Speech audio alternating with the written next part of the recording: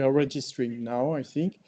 So the T for technology was added in 2022, and we have more than 100 members, practitioners, NGOs, public entities, private actors, and so we are a network. And among our priorities and special topics and actions, we have a Tour de France on resilience with more than 20,000 participants, drills for municipalities, ultramarine presence, and strong panel of activities, also methodologies, post-disaster analysis, and a strong commitment in public communication with high-quality standards, especially in terms of scientific expertise. We have scientific experts in our group. And so I finished with AFP Cynthia presentation. Thank you. Okay, then I would go on presenting shortly DKKV, which is one of these networks of the network of networks meeting every month for the Stammtisch.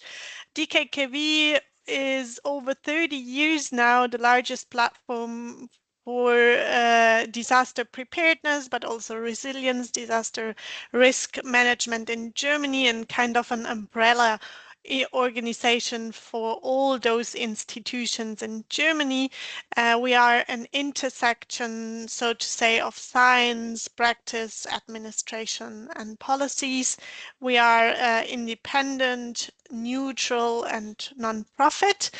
And our vision at DKKV is creating a resilient society through sustainable crisis and disaster risk reduction. And our work is based on 3 pillars: the networking part, the knowledge transfer, and consulting. And as an association, we have lots of different members, 16 institutional members known as the Red Cross, for example, or THW, but also personal members which are experts in different institutions.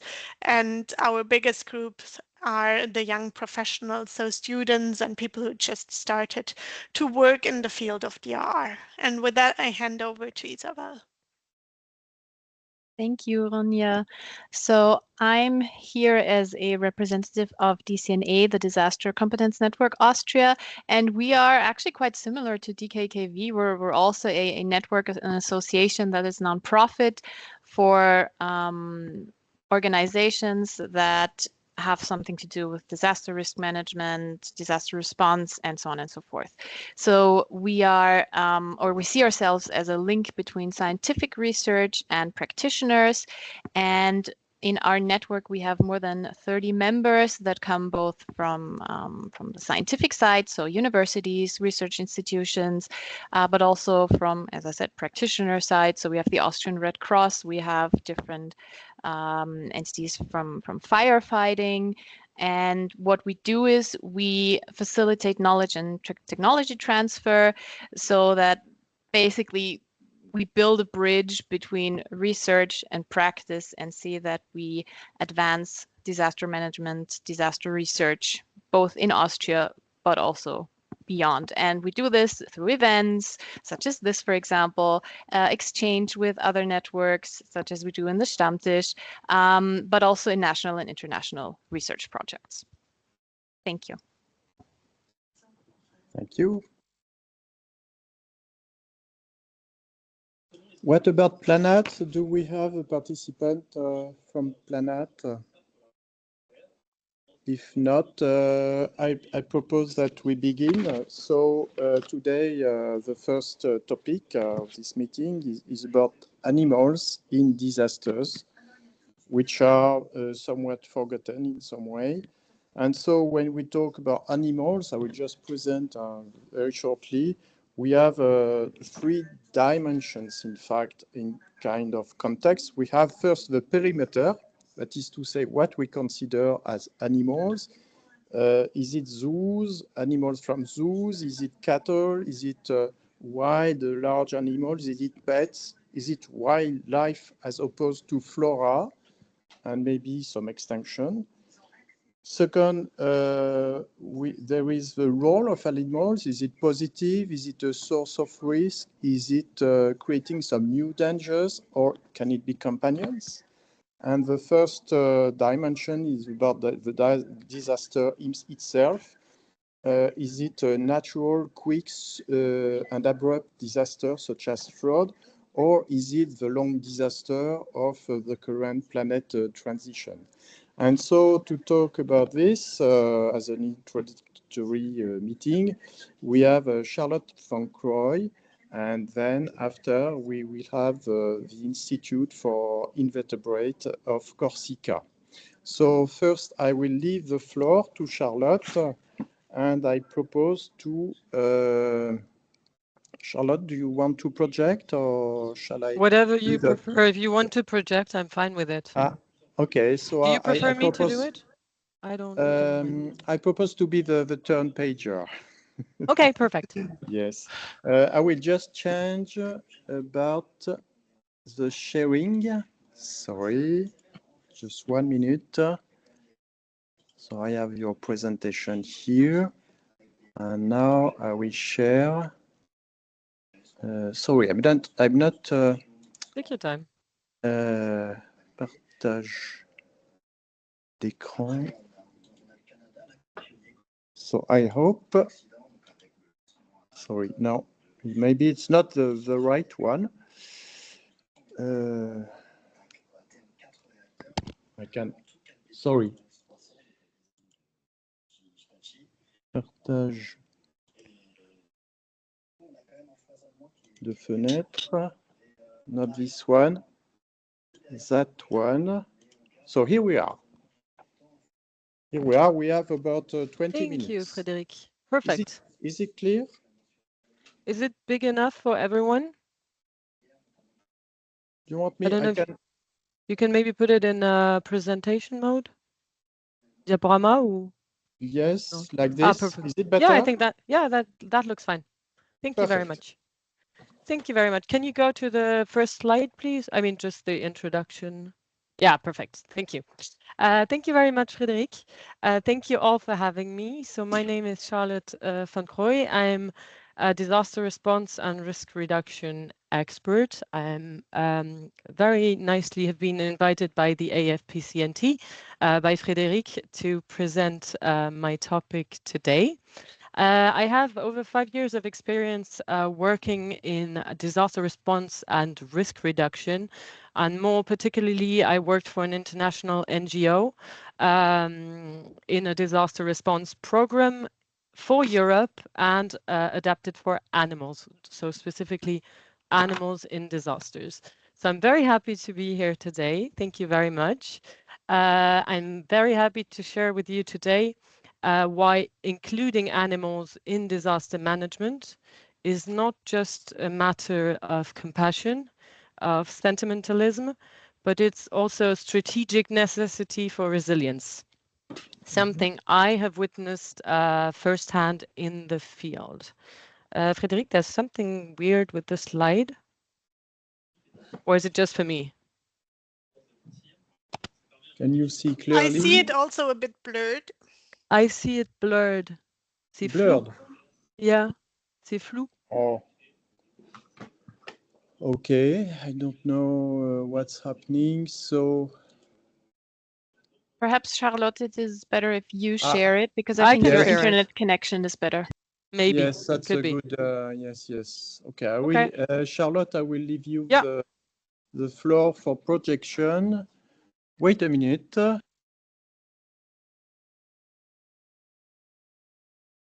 Is it working? Yes. Perfect. Can you see it correctly? Perfect. Okay, I don't see you anymore. So if there's something wrong with the presentation or you don't see anything, just please stop me. Yes. So first, let's start with an agenda.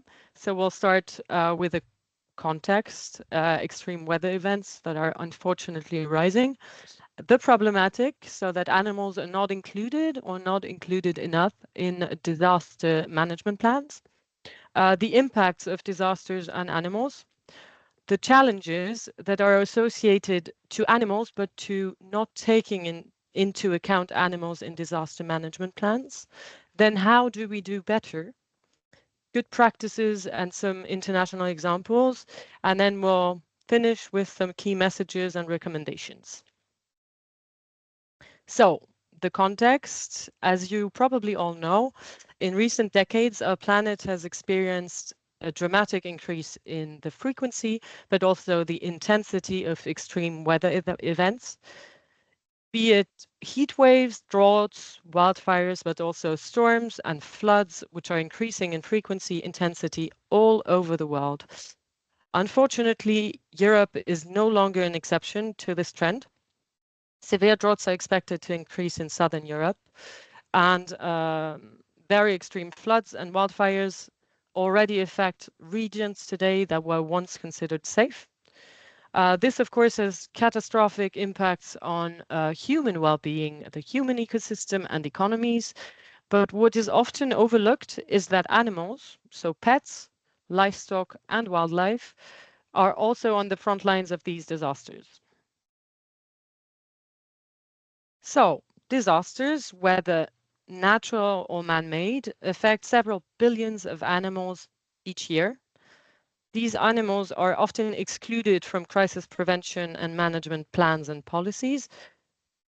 But when a disaster strikes, animals are often as vulnerable as humans, sometimes even more, because they lack the support systems that we have today. They face injuries and fatalities, displacement from natural habitats or homes, loss of shelter, of course, food sources, and they all experience fear and stress. So we'll talk about three big categories of animals: pets, livestock, and wild animals. Pets can be separated from their owners when these have to evacuate without being able to take them with them. Livestock can be lost to floods, fires, or left without care, which can lead to the loss of people's livelihoods. And finally, wild animals lose their habitats or food sources. So just a small example, in the EU in 2025, 1 million hectares were burned. It's the highest burnt surface ever recorded in the EU. Precise numbers of animals affected are not available because they're complicated to get, but such events typically impact hundreds of thousands of wild and domestic animals, of course, depending on the extent of the event. But why? Why is it so important to include animals in disaster management? So there are actually several reasons that we will see today of why it's important to include them. First of all, the impact of natural disasters on animals raise an economic challenge. Animals keep the wheels of the economy turning. The loss of livestock can devastate entire communities, disrupt food supply chains, and slow economic recovery. Then safety. The human-animal bond is a really strong thing. We'll dig deep into that, but for many, pets are part of the family, and many people will put their security at risk in order to save animals. Health, public health. Unmanaged animals can spread diseases, zoonoses. They can contaminate water sources and complicate recovery efforts.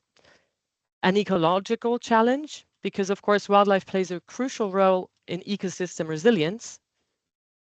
And then finally, an ethical and socio-psychological challenge. Animals are sentient beings. We have a responsibility to protect their welfare. And the loss of a pet or of livestock can have devastating effects on owners. The economic challenge. So just to set the bar, in 2023, livestock and animal products accounted for about 40% of the EU's agricultural output. So it's approximately 214 billions of euros per year. At the end of 2024, there were 72 million heads of cattle, 132 million of pigs, 67 million of sheep and goats. So a lot. It's important to note that in some regions, livestock is the main source of income and food security.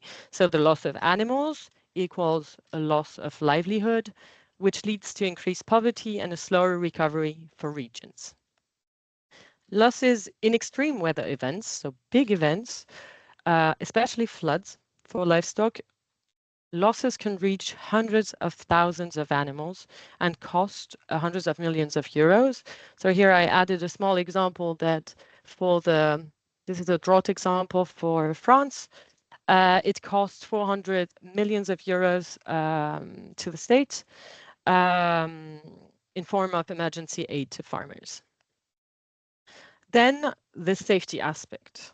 As I said, one of the most powerful lessons I think I have taken back from the field is the strength of this human-animal bond.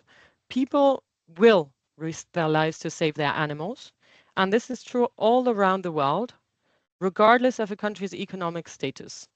We've seen this in really countless disasters.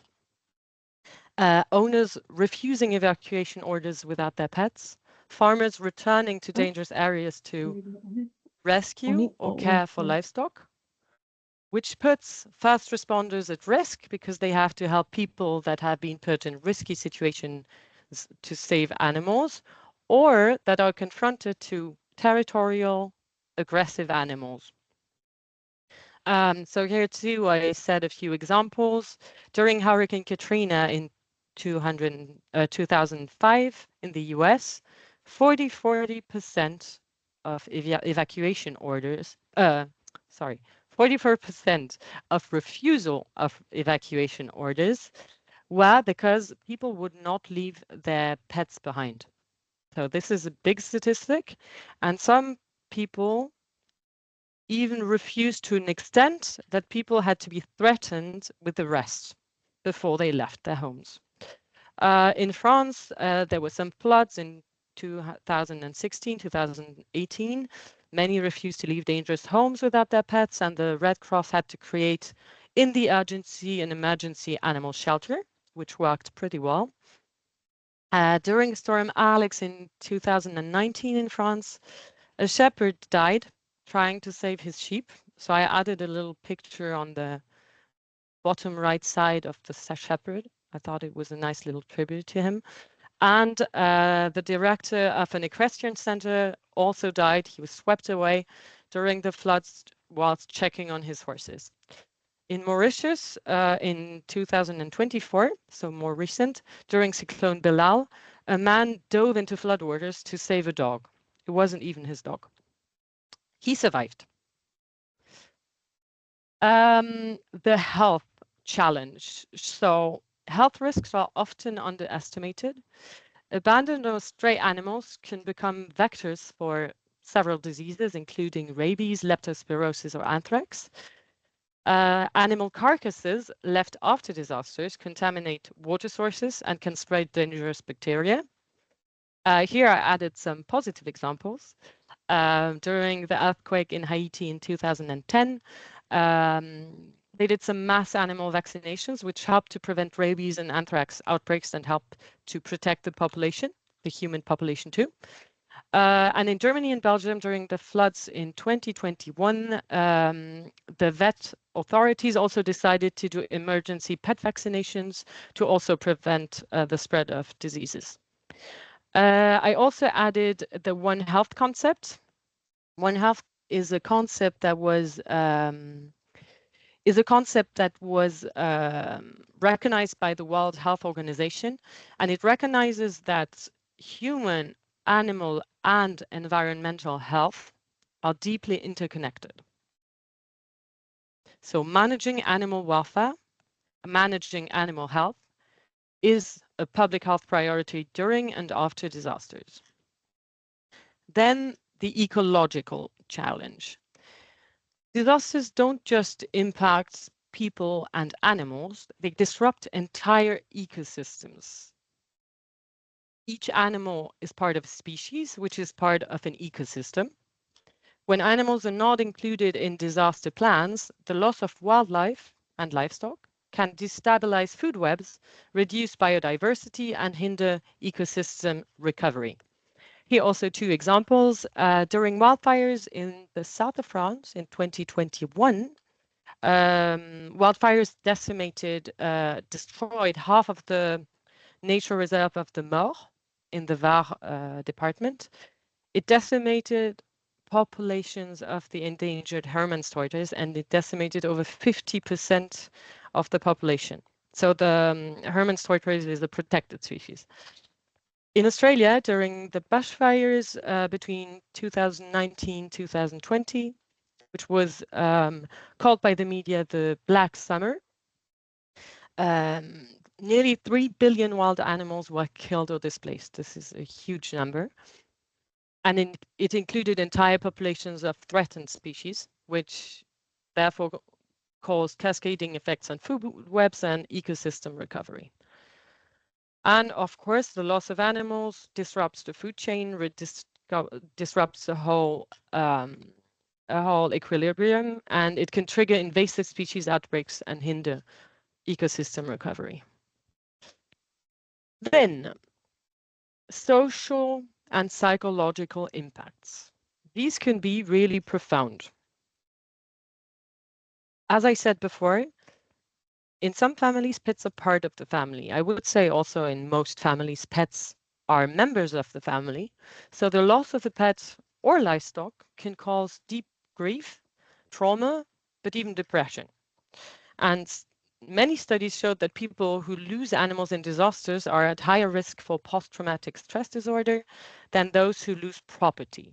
It's important to note that when people lose everything, when someone loses their home and everything they knew, the animal can sometimes be the last remaining thing from the past. So it's an important thing to keep in mind.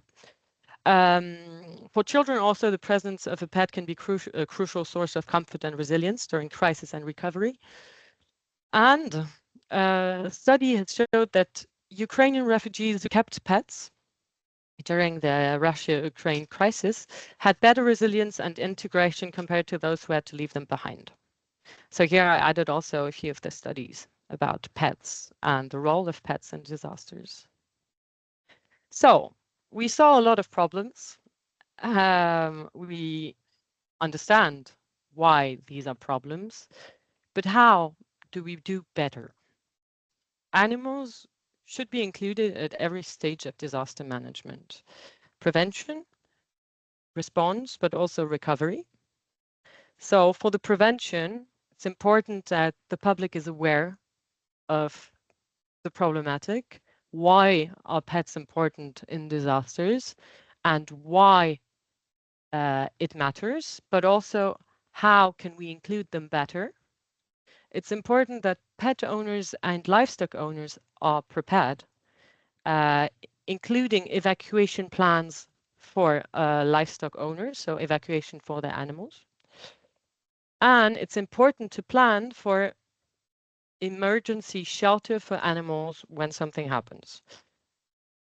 Response, it's important to make sure that shelters accept animals, that emergency shelters accept animals, or that emergency shelters offer an opportunity next to the human shelter for animals. Veterinary care and vaccination, we talked about the health problems that can arise during a disaster. It's important to coordinate with animal protection groups for pets, but also wildlife rehab centers for wildlife. And then finally, for the recovery phase, it's important to reunite pets with their owners, which is sometimes difficult to do, especially in an extreme and in a big, massive event, to provide support for owners and farmers, but also to rehabilitate wildlife, and when rehabilitating wildlife, to be able to release them in restored habitats, so restore habitats too. So a few good practices and international examples. In the US, since Hurricane Katrina and the turmoil that it implied, the USA has the Pets Act, which now requires that state and local emergency plans include pets and service animals before, during, and after major disaster event. In Europe, we can see local initiatives, especially after big events, but it still lacks a unified framework and something clear. So I would need EU-level policy to make it consistent and framed. And in Australia, animal rescue networks collaborate with first responders during bushfires and floods. That was able to happen also during the Black Summer, which made it possible to save quite a few wild animals. The key messages: animals are integral to families, communities, ecosystems, and economies. They must be included in disaster planning. Failing to plan for animals increases risks. We talked about the risks: safety, health, economic, psychological, for example. There are proven strategies and international examples which can guide us, so let's use them. And a collaboration among authorities, NGOs, and communities is essential. And finally, by including animals, we build stronger and more resilient societies. So for the word of the end, I would say, let's keep building a more resilient future together, and disasters don't wait, neither should we. Thank you. Thank you, Charlotte. As we have now half an hour left, do you hear me? Yes. We can take maybe 1 or 2 questions at this stage, not more, because we have the Corsican Institute for Invertebrate after. Does somebody have a question or a remark, maybe? Yes, Fabian? Fabian Flog? We don't hear you. Sorry, there is maybe the micro. I shut my microphone. Can you raise your microphone, Fabian? No, sorry, we don't hear you. Is there somebody else want to? Okay, Fabian. Well, do you still see my PowerPoint? Okay. I see. I was just wondering. Yeah. So now we will have Jean-Philippe. Yes. Levez la main. Jean-Philippe, yes. Jean-Philippe. Yes, hello. Thank you very much for all this information and interesting points. Just to add some rare data on impacts of animals, which comes from all the surveys done over 30 years, flash floods in the whole Mediterranean area in France, which is quite big, by the colleagues from the Montpellier University. If they are here, they can correct and complement. They are welcome to do. The second profession for victims, the first is people from safety teams and squad, which is quite understandable. The second one are farmers who try to protect their animals. I'm not surprised. It's only about 300 victims, which is not, and still for flash floods, but it gives a concrete idea also, in addition to all this valuable information, to the point. It gives an idea of how people will put themselves at risk to save animals. It's a real problem, and there are examples really everywhere. Yeah. Thank you very much. You're welcome. Thank you to you. Okay. So now we are going to listen to Margot Cuglioli. Bonjour. Hi, everyone. Bonjour. Hi. So Margot will speak in French. but mainly, but her presentation is translated in English already, so it will be easier for me.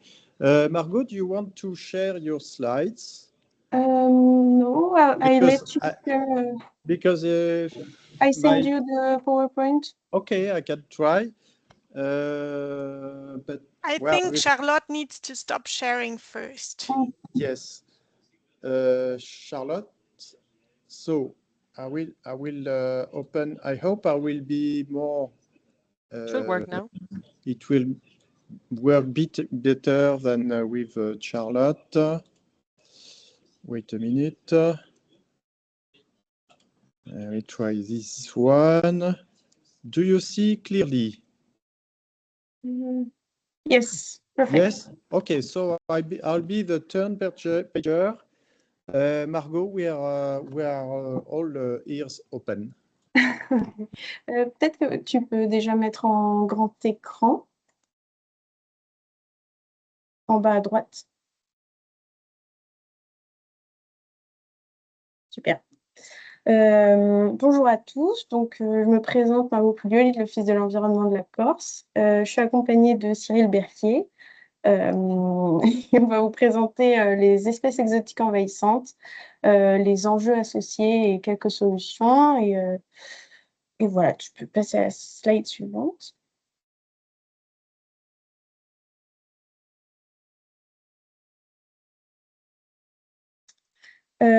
Tout d'abord, quelques définitions. Donc, qu'est-ce qu'une EE ou espèce exotique envahissante?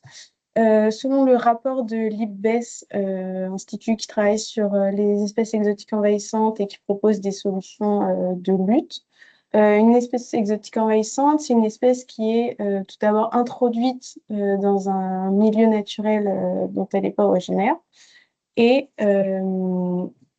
qui est introduite de manière volontaire ou involontaire par l'homme, ça c'est important, donc en dehors de son aire de répartition d'origine. C'est des espèces qui vont avoir une tendance à envahir ce milieu naturel dont elles ne font pas partie et dont la propagation va provoquer des dégâts négatifs sur l'environnement, mais aussi des impacts économiques et sanitaires, et qui donc, de manière générale, menacent les écosystèmes et les espèces qui en font partie.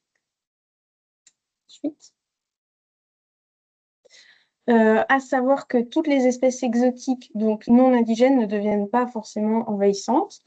Il y a une théorie qui a été développée dans les années 90 qui explique que sur toutes les espèces introduites, seulement 1 sur 10 survit. Et parmi celles-ci, il y en a 1 sur 100 qui parvient à se naturaliser et parmi celles-ci également, 1 sur 1000 ou 2000 qui devient, elle, envahissante. Donc, ça fait une très petite proportion. Next slide. Donc, pour donner un peu de contexte et un peu d'histoire sur les espèces exotiques, il y a toujours eu des échanges commerciaux entre régions et continents, mais ça a évolué, en tout cas la forme et les moyens ont évolué au cours du temps. Donc, avant le XVIe siècle, on a recensé quelques introductions, même si à l'époque, les échanges commerciaux, ils se faisaient surtout entre régions et entre continents. Il y a une grande route commerciale qu'on connaît aujourd'hui, c'est la route de la soie.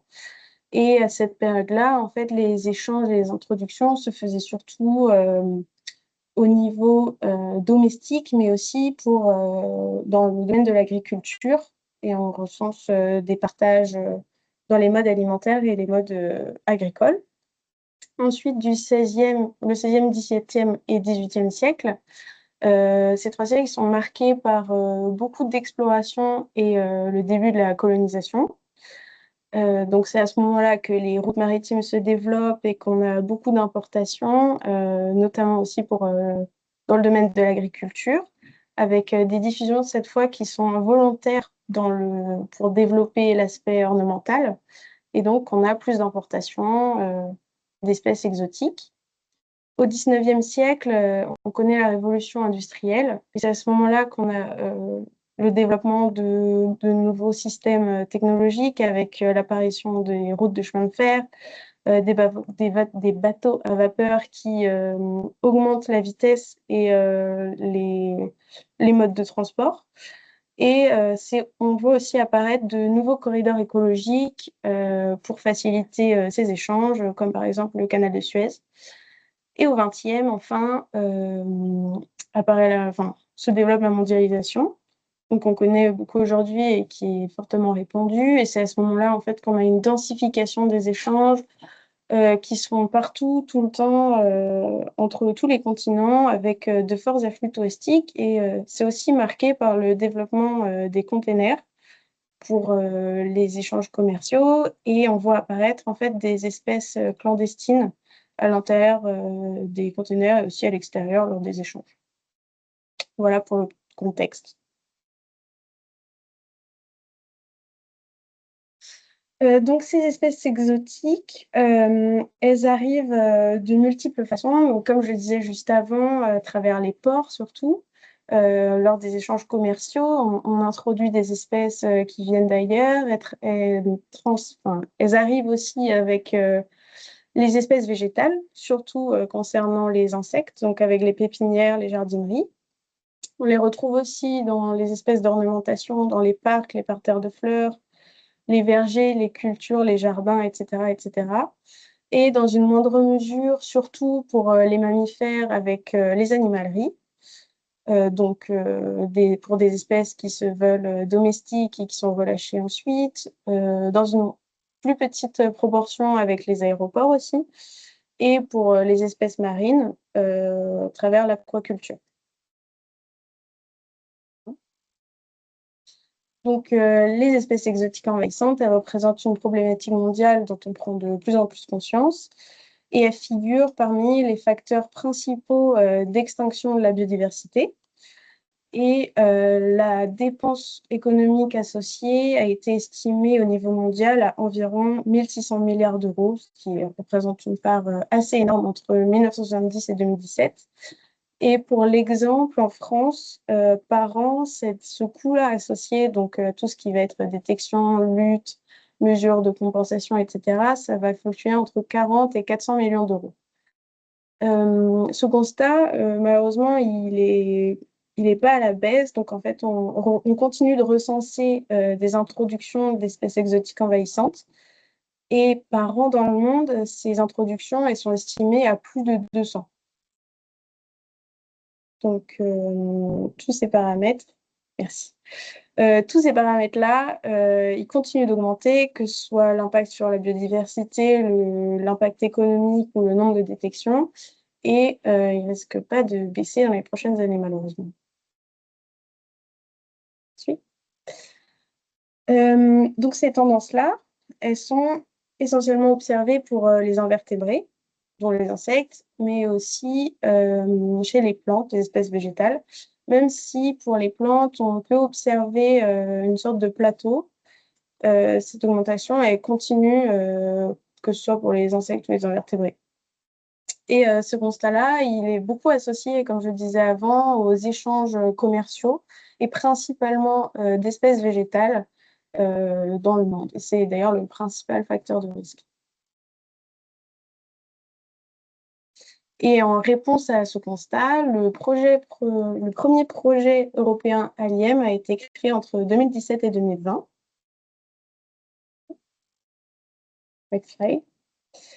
Donc, qu'est-ce que c'est en fait ALIEM? ALIEM, c'est un projet européen maritimo qui signifie Action pour limiter les risques de diffusion des espèces introduites envahissantes en Méditerranée.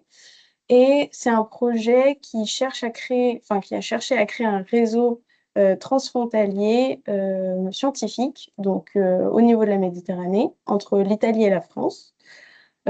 Pour lutter contre la propagation des espèces exotiques envahissantes. Et elle réunit donc 5 territoires régionaux différents qui apportent chacun différentes compétences pour améliorer cette connaissance. Le projet ALIEM, il cherche forcément à mettre en avant de nouvelles solutions ou du moins à découvrir les espèces exotiques envahissantes dès qu'elles arrivent sur le territoire.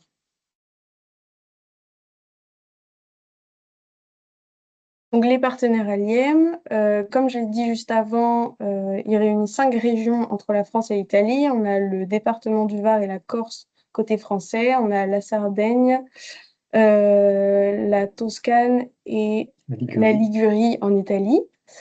Et donc, on a de multiples acteurs répartis sur l'ensemble des régions qui ont chacun des compétences différentes. Et depuis 2017, trois projets ALIEM ont été menés. Donc, le premier qui s'appelle ALIEM, le deuxième ALIEM apostrophe et le troisième qui est encore en cours, c'est ALIEM Vigile. Et pour ces 3 projets, l'Office de l'environnement de la Corse est chef de file. Donc, un point majeur du projet ALIEM, c'est la détection précoce des espèces exotiques envahissantes dès qu'elles arrivent sur le territoire, puisqu'en fait, la probabilité d'éradication d'une espèce exotique, elle est très faible à partir du moment où elle est installée. Donc, on cherche à détecter le plus précocement possible ces espèces à travers la mise en place de réseaux de surveillance.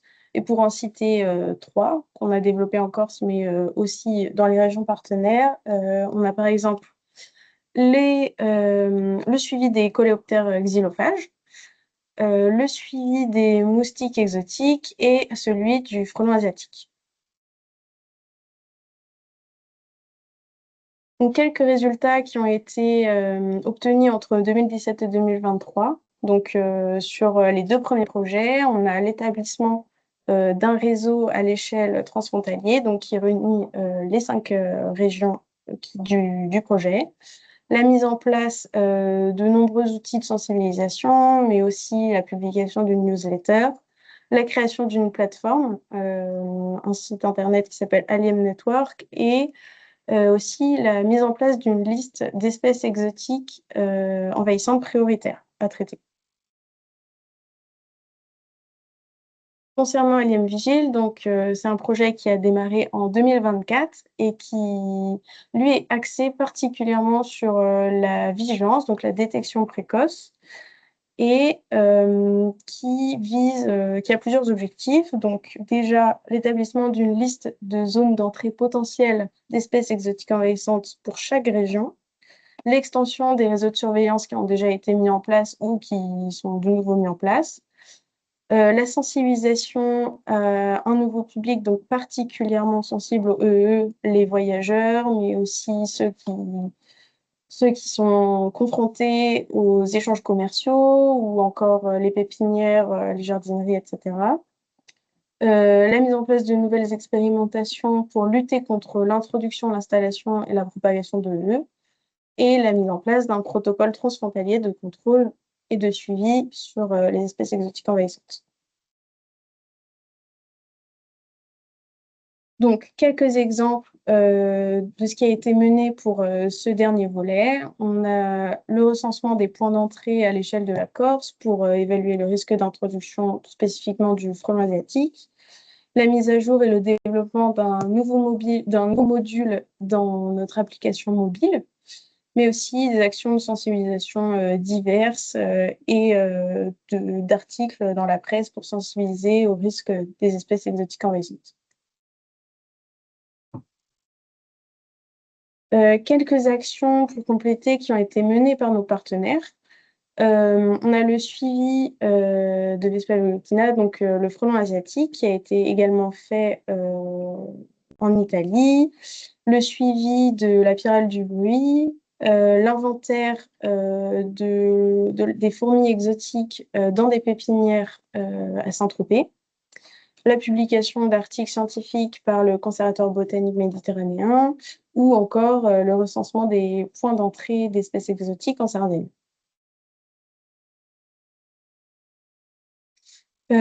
Pour compléter ces exemples, je vais vous parler rapidement d'une étude qui avait été menée sur une espèce exotique, donc Tapinoma magnum, et sur son impact sur une espèce endémique ici, l'hélix de Corse, donc Tyrrhenaria serratina, sur une plage d'Ajaccio en Corse.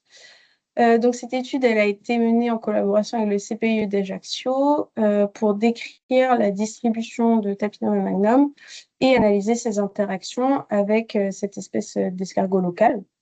et donc identifier les paramètres qui influencent son abondance et la diversité de taxons.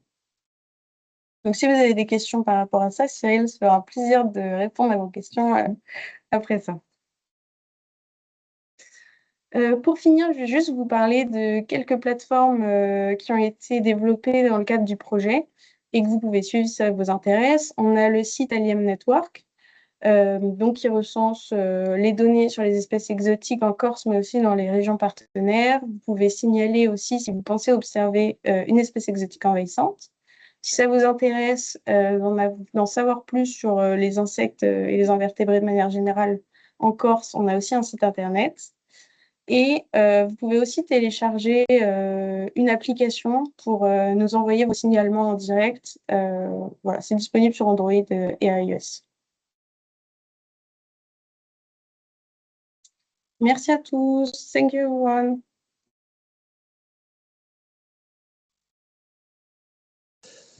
Thank you very much, Margot. I'm sorry, we have very few time left, and the presentation was in French, but we have a registration of this session, so we can prepare synthesis in English of Margot's presentation. And just to say a few words, so she presented at the end a program, which is LDM, which is a European program centered on Mediterranean, which is acting as at the forefront of fight against harmful species with 3 country members. And the current living project is Aliem Vigil, which is for monitoring. And what I find very interesting is that it is not only sensors, it is also about citizen participation. As Margot said, any citizens can signal some invading species in the perimeter of the project. So we have a few minutes for questions and remarks.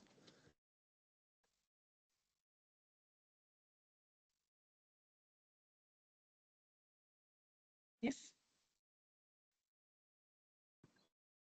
Of course, we will send the slides to the participants in this meeting and a synthesis of there is a question from Amélie. Margot. Thank you, Amélie. Yeah, I have a question. Should I ask it in French or English? Or in English, please. Okay, Or except it is for Margot. It's for Margot, actually. Okay, So so I in will. French. Yeah, okay. J'aimerais bien savoir si sur les moustiques, vous faites aussi une recherche de virus. Si vous regardez juste quel moustique risque d'arriver en France. So she asked about if there are some research of viruses on mosquitoes. Do you mean viruses to kill or to have an effect on mosquitoes? No, mostly zoonotic virus. So we know chikungunya is in France already, but like dengue or whatever could. Zoonosis. Zika, yes. zoonotic virus. Sorry. L'étude qui est menée là actuellement, c'est surtout une étude de risque. Donc, c'est évaluer le potentiel de transmission des virus justement à l'échelle de la Corse, mais aussi des régions partenaires. Donc, c'est voir en fait si la présence de certaines espèces peuvent amener un risque de propagation de ces maladies-là. Donc, vous faites la recherche virale ou pas du coup? Non. Non, on suit en priorité les espèces vectrices de maladies et on surveille effectivement leur expansion en Corse, mais pas spécifiquement. D'accord, merci. So we can understand that the focus is on invasive species and not on the potential zoonosis brought by these species, but it could be a way to complete the program Alien with a sanitary issue on viruses and microbes which are brought by these invading species. Cyril, do you have a few words you would like to share with us? Yes, maybe just a little word. Je suis entomologiste donc à l'Office d'environnement de la Corse et notamment nous sommes pas mal préoccupés des problèmes liés aux invasions de fourmis. Voilà, il y a de plus en plus de problèmes liés à la propagation d'espèces de fourmis qui ont quelques caractéristiques communes, hein. Je pense, pour les espèces, je pense à la Tapinoma magnum qui a tendance à remonter vers le nord, ou dont la Corse a été une des régions européennes envahies en premier. Je pense aussi à la fourmi d'Argentine. Je pense également à la fourmi électrique qui a été détectée récemment en France dans le Var, à la fourmi de feu qui a été détectée récemment en Italie, en Sicile. Donc, il y a de plus en plus de problèmes économiques, sociétales, en agriculture, pour la santé humaine, liés à ces fourmis. Ces fourmis qui sont envahissantes et elles ont quelques caractéristiques communes. Notamment, elles forment des super colonies qui ne s'attaquent pas entre elles, qui coopèrent. Et également, en caractéristiques de ces espèces qui posent problème, c'est que les colonies sont composées de plusieurs centaines, voire dizaines, voire centaines de reines. Donc, ce sont des espèces qui sont plutôt liées une origine méridionale, donc qui prolifèrent grâce au réchauffement climatique. Donc, il y a eu tout un volet qui a été étudié en Corse à propos de ces espèces. C'est une problématique sur laquelle on a pas mal étudié en Corse. On a fait des cartes de répartition de ces espèces. On a étudié les interactions avec les espèces endémiques parce que voilà, l'introduction de ces fourmis endémiques pose problème aujourd'hui sur la biodiversité de la Corse et d'espèces à forte valeur patrimoniale comme l'escargot de Corse, qui est un escargot qui est présent, qui ne survit plus que sur quelques hectares d'une plage.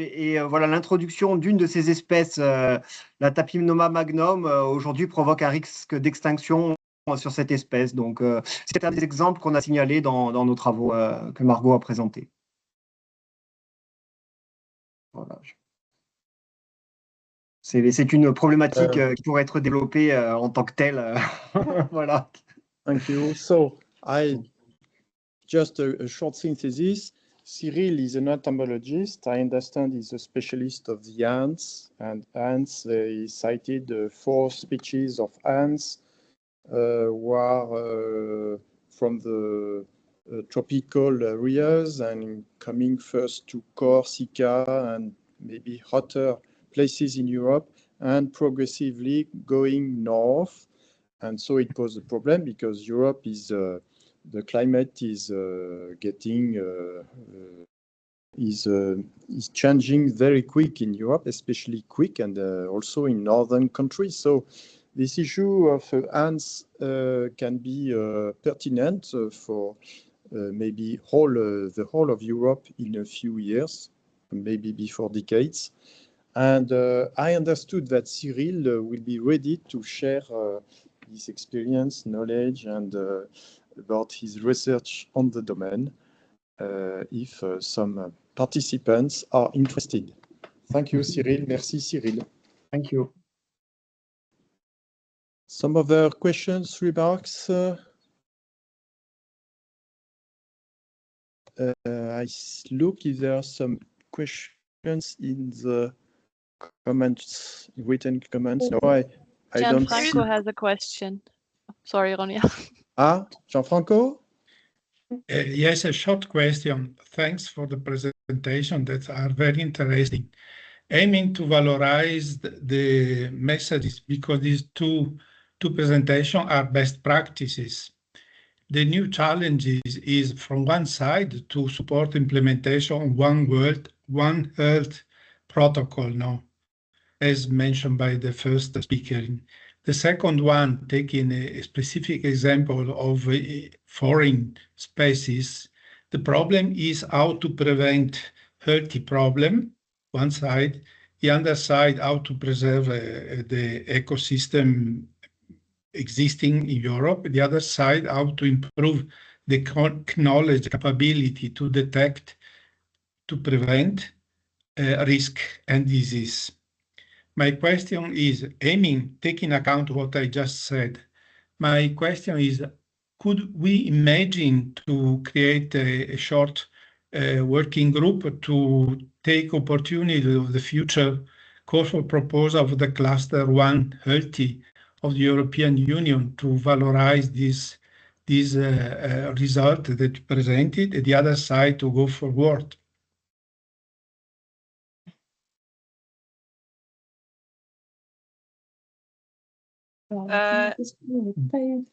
I don't know if the question is addressed to me specifically or is everybody, because who appreciate the presentation can have ideas.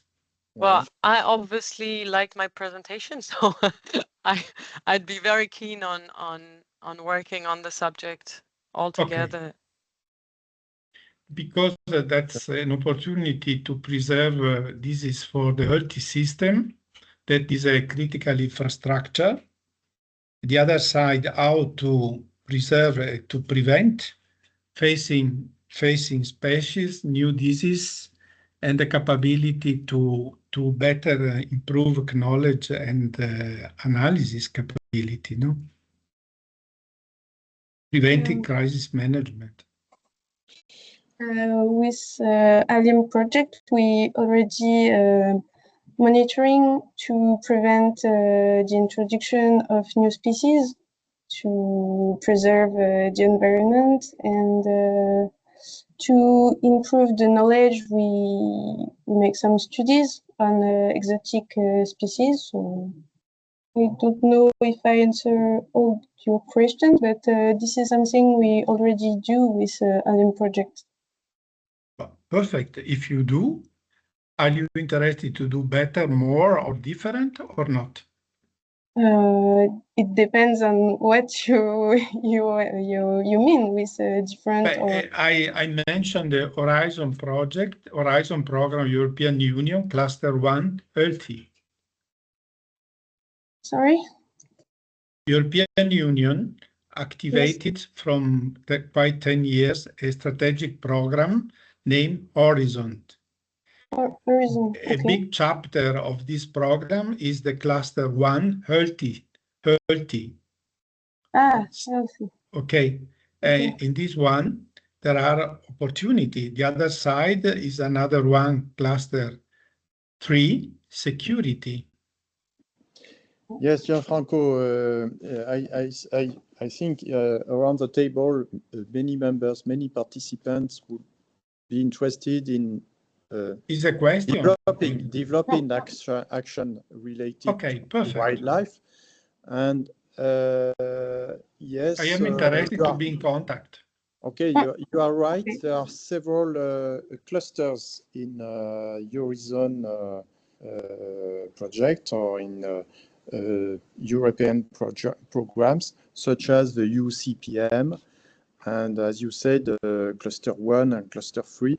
So maybe it could be, as you proposed, Gianfranco, an opportunity to have informal exchange following this roundtable, or maybe another session in a new webinar on a special another topic. Well, is there some last comments or questions?